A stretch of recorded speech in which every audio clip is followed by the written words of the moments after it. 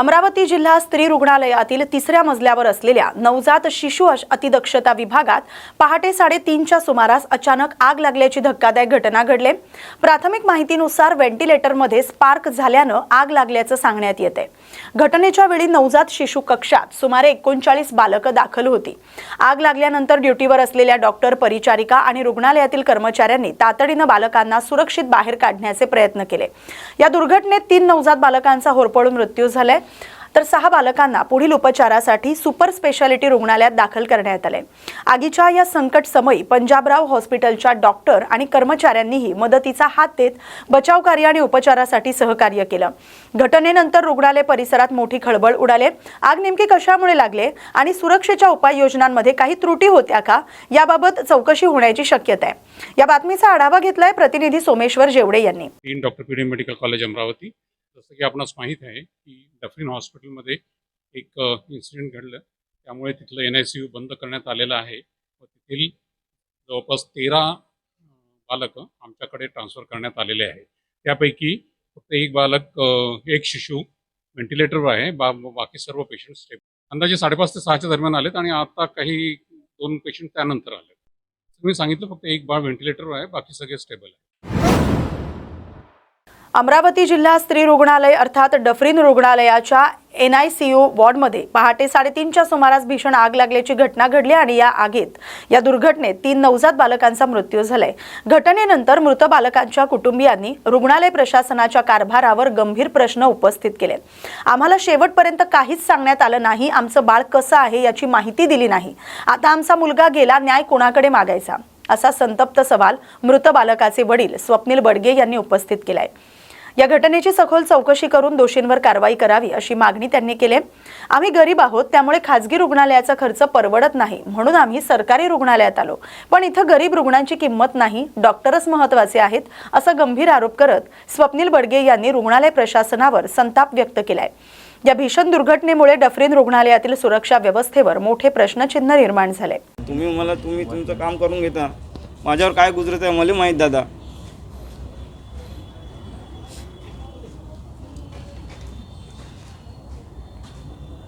सगळेजण असेच विचारत आहेत, सगळे माझा मुलगा बरोबर, मला मी काय सांगू माझ्या वाईफला। आम्ही एवढी मेहनत केली, 4 महिन्याने सोनोग्राफी केली, मेहनत करू असं झालं आमच्यासोबत। याईनं असं केलं आमच्यासोबत। काय मागायचं आहे, माझा मुलगा चांगला होता सर, माझी नॉर्मल डिलिव्हरी झाली, खुशी होती, माझ्या वाईफला काही त्रास नाही झाला म्हणून। रेफर केलाय नाही ते, तिथून रेफर केले इथे। मला सकाळी 7 वाजता माहीत पडलं, पण मला डोळ्यासमोर आग लागली म्हणून 3 वाजता मला डोळ्यासमोर आग लागली। मी खाली होतो, त्याचा कल्लाबाजार चालू होता, मी झोपलोच नाही खुशीनं। माझा मुलगा झाला तर मला खुशी होती, खूप खुशी होती का चला बा सकाळी उठून। मग रात्री झाली होती, ते हकलून देते बाहेर झोपाले 12च्या नंतर, तर रात्री झाली होती, तिला काही खाल्लं नव्हतं। डिलिव्हरी झाल्यावर तिला केळं वगैरे होते, पण केळं वगैरे तिला चालत नाही। मग मी म्हटलं चाय मग सकाळी चायचं दुकान खोलते, मग चला बा चाय घेऊन जातो म्हटलं, असं सांगितलं। अरे माझ्या वाईफला माहीत बी नाही काय, आता ते कशी करण माहीत नाही। आपण कोणत्या गावचे दादा? मी नाचनगावचा आहे, वर्धा जिल्ह्यात, देवळी तालुक्यात। आणि याच्या ताईची डिलिव्हरी कुठे झाली होती? डिलिव्हरी इथे माझ्या सासरवाडी पिंपळकुटेची आहे, त्याचे 3 किलोमीटरवरून अजिनसिंगी आहे, तिथे दवाखाने वगैरे राहते, तिथे डिलिव्हरी केली। तिथे दवाखाने नाही राहत ना पिंपळकुटेला ना, तेच तर गव्हर्नमेंटमध्ये असं म्हणतं आम्ही कुठं जाणार आहे। विचारायला दादा, मी गरीब माणूस आहे, मी पार्सल विकतो, 10 रुपये 5 रुपये पार्सल भेटते मध्ये। तर आम्ही असं सरकारी दवाखान्यात आशेवर येतो, आमच्याकडून प्रायव्हेट होत नाही, तर आम्ही असं होते आमच्या लेकराबाईचं। आम्ही गरीब आहे ना, आमचं हे आहे ना, असं आहे ना। काय त्यांचं आमचं इम्पॉर्टंट नव्हतं ना, लेकरू इम्पॉर्टंट नाही, ते स्वतःचा जीव इम्पॉर्टंट राहते, त्याला दुसऱ्याचं थोडी राहते, ते दुसरं म्हणजे कचरा समजते ना ते। जिल्हा स्त्री रुग्णालयाच्या 3ऱ्या मजल्यावरील नवजात शिशु अतिदक्षता कक्षाला पहाटे 3:30च्या सुमारास भीषण आग लागली। व्हेंटिलेटरमध्ये स्फोट झाल्यानंतर आग लागल्याची प्राथमिक माहिती आहे।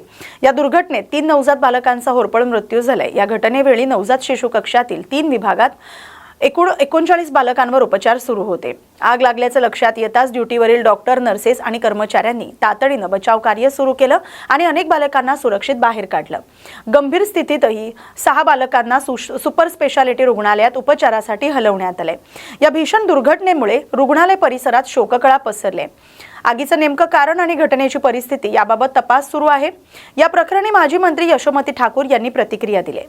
ते 2 वर्ष आधी झालं होतं म्हणून नवीन बिल्डिंग, नवीन सगळं महाविकास आघाडीचं सरकार होतं त्यावेळेला मी पालकमंत्री असताना या बिल्डिंगची मंजुरात आहे।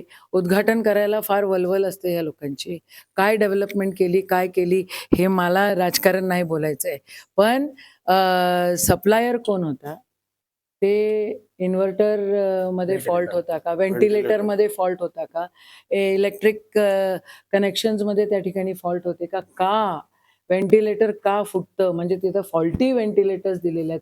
56% कमिशनवालं सरकार हे आहे आणि हे 56% कमिशनवालं सरकार याच्यावर दोषीच आहे असं म्हणायला काहीच हरकत नाही।